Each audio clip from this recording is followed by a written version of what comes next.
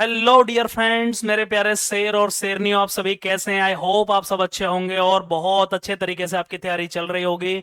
Finally आज मैं बात करने वाला हूं एक ऐसी भर्ती के बारे में जो हर साल आती है और जिसमें जाने का बहुत ही एक गोल्डन अपॉर्चुनिटी है। यदि आपने 12th पास कर लिया है, 12वीं पास, वो सभी बच्चे, उनके लिए गोल्डन अपॉर्चुनिटी है। और सबसे बड़ी बात है कि इसमें कोई भी परसेंटेज के बेसिस पर एडमिट कार्ड नहीं आते, सभी का एडमिट कार्ड आता है। जो भी फॉर्म भरेगा, नेवी परमानेंट भर्ती 2025 मेडिकल असिस्टेंट, ये सबको आपको पता होना चाहिए कि इस भर्ती को 2025 और 2026 के साथ एक साथ दो इनटेक की भर्ती को जारी किया गया है। और ये ऐसा भर्ती है, एयरफोर्स मेडिकल असिस्टेंट और नेवी मेडिकल असिस्टेंट, जिनमें अभी भी परमानेंट कमीशन है। मतलब अभी भी ये अग्निवीर के अंदर नहीं आती हैं, मतलब इन्हें परमानेंट 20 साल का शॉर्ट सर्विस पीरियड का कमीशन है, इसमें याद रखिएगा। और ये बहुत बड़ी बात है उन सभी बच्चों के लिए जो 12th पास हैं। मेडिकल असिस्टेंट के नाम से भर्ती आती है, जिसको नर्सिंग असिस्टेंट भी बोला जाता है। गोल्डन अपॉर्चुनिटी है, लेकिन समय बहुत कम है। हमारे पास केवल 35 से 40 दिन बचे हुए एग्जाम के लिए। और ये नेवी परमानेंट भर्ती 2025 के बारे में जो मेन मेन बातें प्यारे बच्चे, वो मैं आज आपको बताने वाला हूं, ध्यान से सुन लीजिएगा। वो सभी बच्चे जिन्होंने इसी साल 12th किया है, अगले साल से फिर उनके लिए वैकेंसी आएंगी। एपियरिंग वाले बच्चे भी इस फॉर्म को भर सकते थे, लेकिन नहीं भरा होगा तो ये आपके लिए बहुत बड़ा लॉस है। इसका नाम है नेवी एसएसआर मेडिकल असिस्टेंट भर्ती 2025 और 26, मतलब दो इनटेक के लिए एक साथ भर्ती आई है। सबसे पहला पॉइंट इसमें क्या है, मैं क्लियरली एक एक चीज, वीडियो को लास्ट तक स्किप मत करिएगा। कौन कौन एलिजिबल होता है, हर साल आती है। अभी ये भर्ती आ चुकी है, इसके फॉर्म भरे जाने थे जो कि भर चुके हैं। लास्ट डेट 10 अप्रैल थी, उसको बढ़ा के 16 अप्रैल किया गया। कोई भी अनमैरिड मेल कैंडिडेट, लड़कियां इसमें फॉर्म नहीं भर सकती। ये परमानेंट भर्ती है, 20 साल का शॉर्ट सर्विस कमीशन है, याद रखिए। अग्निवीर के अंतर्गत ये नहीं आती। और सबसे बड़ी बात क्या, कौन इस फॉर्म को भर पाएगा? इसको बोला जाता है, मेडिकल ब्रांच में आता है एसएसआर। जो सेलर्स हैं, रिक्रूटमेंट होता है सेलर्स का, उन मेडिकल ब्रांच में इन्हें सेलेक्ट किया जाता है। और ये एक साथ जो भर्ती आई है, सेकंड 2025 और सेकंड 2026, दो इनटेक के लिए एक साथ पहली बार ऐसा हुआ है। और हर साल ये भर्ती आती है, याद रखना। वो बच्चे जो नेक्स्ट ईयर 12th करेंगे, उनके लिए गोल्डन अपॉर्चुनिटी होगी। जो बच्चों ने इस बार 12th किया, उनके लिए गोल्डन अपॉर्चुनिटी। और ये स्टेट वाइज वैकेंसी यहां पर आती हैं। ये जो वैकेंसी आती हैं वो आपको स्टेट वाइज देखने को मिलेंगी, याद रखना। अलग अलग स्टेट की अलग अलग वैकेंसी होती हैं। नेवी के अंतर्गत आती हैं, एसएसआर इन मेडिकल ब्रांच में आती हैं। इस बार जो भर्ती आई है, उसमें अभी तक टोटल फॉर्म 1,30,000 भरे जा चुके हैं, ये बिल्कुल ऑफिशियल बता रहा हूं। मेडिकल असिस्टेंट 1,30,000 फॉर्म टोटल भर चुके हैं। ये टोटल जो फॉर्म भरे गए हैं। और कौन कौन इस फॉर्म को भर सकता है, कौन कौन इस फॉर्म को भर सकता था या भर सकता है, क्योंकि डेट खत्म हो गई है। याद रखना, जिनकी डीओबी 1 सितंबर 2004 से 31 दिसंबर 2008 के बीच में थी, वो सभी इस फॉर्म को भर सकते हैं। 1 सितंबर 2004, सितंबर 2004 से 31 दिसंबर 2008 के बीच में जिनका डेट ऑफ बर्थ था, जिनका जन्म हुआ है, वो सभी इस फॉर्म को भर पाए हैं। जो वैकेंसी सेकंड 2025 की है, मतलब ये अच्छी बात क्या समझना पड़ेगा, सर एक साथ वैकेंसी आई है, इसका क्या मतलब है? एक ही एग्जाम होगा जिसमें से दो भर्ती के लिए बच्चे सेलेक्ट कर लिए जाएंगे, सेकंड 2025 और सेकंड 2026। याद रखना, मतलब ये बहुत बड़ी वैकेंसी आई है। पहले ये अलग अलग आती थी, इस बार एक साथ दो इनटेक की भर्ती को एक साथ जारी कर दिया गया है। एज क्राइटेरिया 1 सितंबर 2004 से 31 दिसंबर 2008 के वो सभी बच्चे जिनका डीओबी इसके बीच में था, उन्होंने इस फॉर्म को आई थिंक भर दिया होगा। क्यों मैं ये बात बोल रहा हूं, क्योंकि इसकी लास्ट डेट खत्म हो चुकी है। ये उन सभी बच्चों के लिए वीडियो आ रहा है जो अगली साल 12th करेंगे या जो 12th कर रहे हैं, कि आपको नहीं पता चल पाता है, ऐसी भी भर्तियां हो रही हैं जो बहुत गोल्डन अपॉर्चुनिटी है। परमानेंट भर्ती, ये अग्निवीर भर्ती नहीं है, अग्निवीर के अंतर्गत ये नहीं आता, याद रखिए इस बात को। और एजुकेशनल क्वालिफिकेशन, सबसे जरूरी बात, केवल इसको पीसीबी बायोलॉजी वाले बच्चे जिन्होंने 10+2 पूरा कर लिया है, 50% मार्क्स होने चाहिए 12th में, और हर सब्जेक्ट में 40%, मतलब 100 में से 40 नंबर हर सब्जेक्ट में चाहिए 12th में। ओवरऑल 50% चाहिए बस। और ये सबसे बड़ी बात, पीसीएम स्टूडेंट इसको नहीं भर पाएंगे, फिजिक्स केमिस्ट्री मैथ वाले नहीं। जिन्होंने 12th बायोलॉजी से किया है, प्यारे बच्चे, जिन्होंने 12th बायोलॉजी से किया है उनके लिए गोल्डन अपॉर्चुनिटी है। कुछ चुनिंदा भर्तियां हैं, मैं एयरफोर्स मेडिकल असिस्टेंट के बारे में भी जल्दी बताऊंगा आपको वीडियो ला करके, ठीक है, वो भी आने वाली है भर्ती बहुत जल्दी। जिन्होंने 12th किया है, इसी साल किया है बायोलॉजी से या करने वाले हैं, उनके लिए मेडिकल असिस्टेंट की भर्ती कब देखने को मिलेगी उसके बारे में अभी वीडियो आपको जल्दी मिल जाएगा। और याद रखना है इसकी सैलरी, शुरुआत की सैलरी लगभग 40 से 45 हजार ओवरऑल बता रहा हूं, ये ग्रेड पे है। और प्रमोशन के बाद 4-5 साल के बाद लगभग 70 से 80 हजार सैलरी होती है। 70 to 80,000, ये वन ऑफ द बेस्ट और one of the prestigious job है प्यारे बच्चों। सबसे बड़ी बात है सर फॉर्म फिलिंग, ये वीडियो में लेट नहीं बना रहा हूं, आपको लग रहा होगा कि सर अब क्यों बता रहे हैं, लेकिन बहुत सारे बच्चों को अभी भी नहीं पता है कि कोई ऐसी भी भर्ती आई थी। 29 मार्च से इसके फॉर्म भरे गए थे, 16 अप्रैल तक भरे गए हैं। अब मात्र एग्जाम के 30 दिन बचे हुए हैं जो स्टेज फर्स्ट होना है। 30 दिन का हमारे पास समय है, जिसने मेहनत कर ली अगले 30 दिन समझ लीजिए उसकी जिंदगी बन गई। ऑफिसर रैंक पर सेलेक्ट होकर वो जाने वाला है नेवी एसएसआर में मेडिकल ब्रांच में।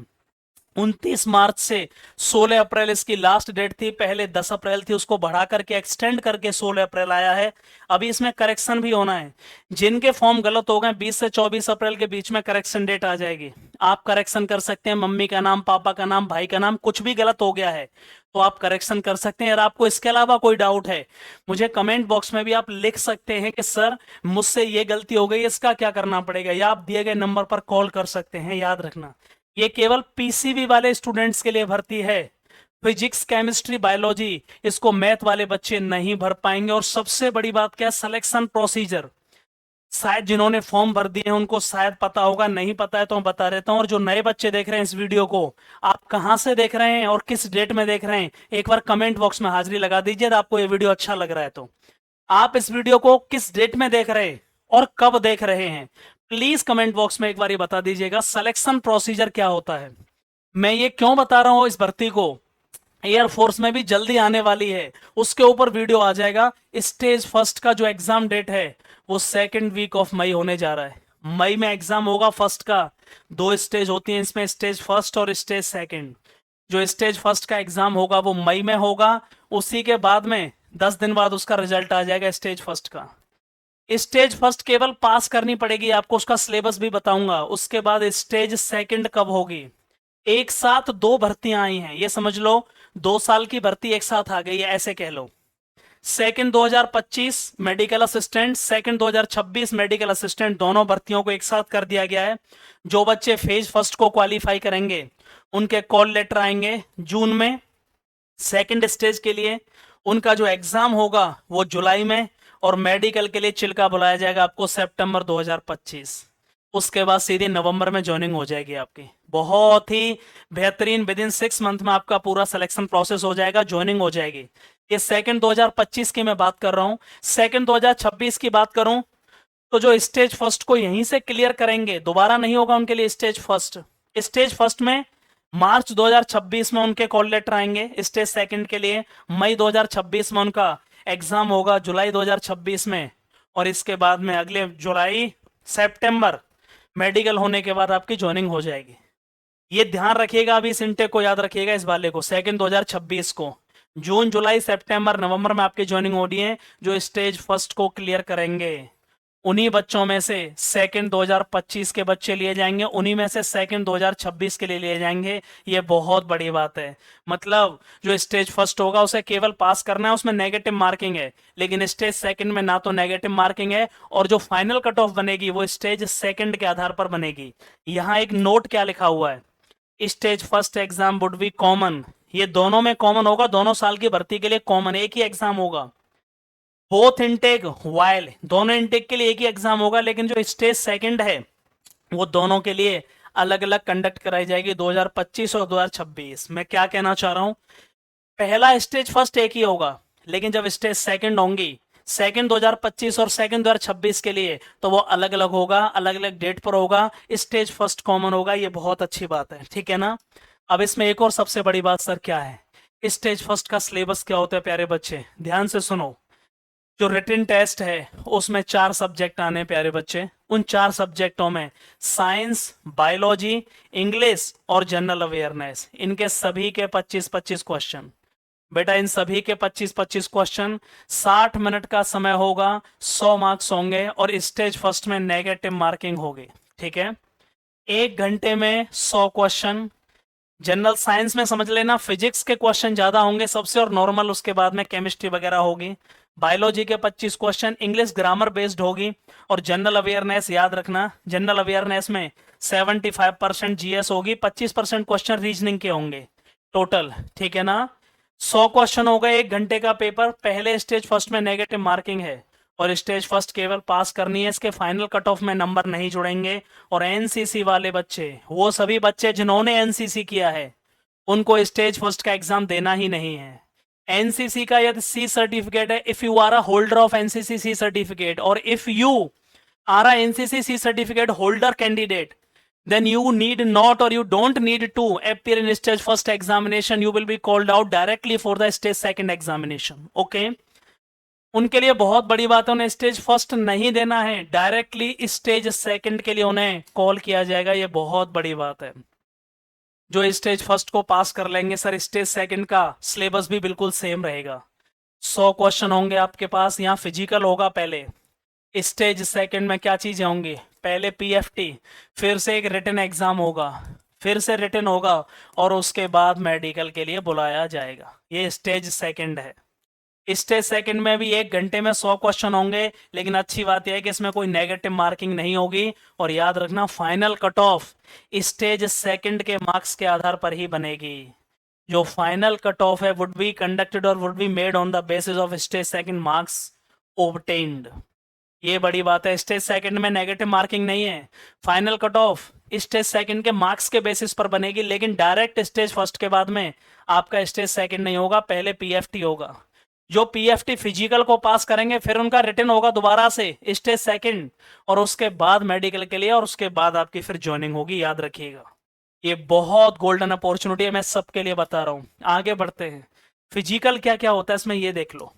जो बच्चे स्टेज फर्स्ट को क्लियर कर लेंगे, प्री क्लियर कर लेंगे, ये समझ लो, उनको फिर दोबारा स्टेज सेकंड होने से पहले फिजिकल क्लियर करना पड़ेगा। मिनिमम हाइट इसमें लड़कों के लिए 157 सेंटीमीटर मांगी गई है। 157 सेंटीमीटर की हाइट चाहिए।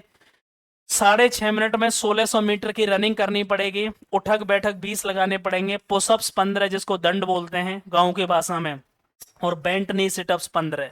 याद रखिएगा, ये फिजिकल स्टैंडर्ड है। Short listing for stage second will be based on the marks of stage first. हाँ सर, सेकंड में कौन बच्चा जाएगा? अरे भाई, स्टेट वाइज कट ऑफ जाएगी।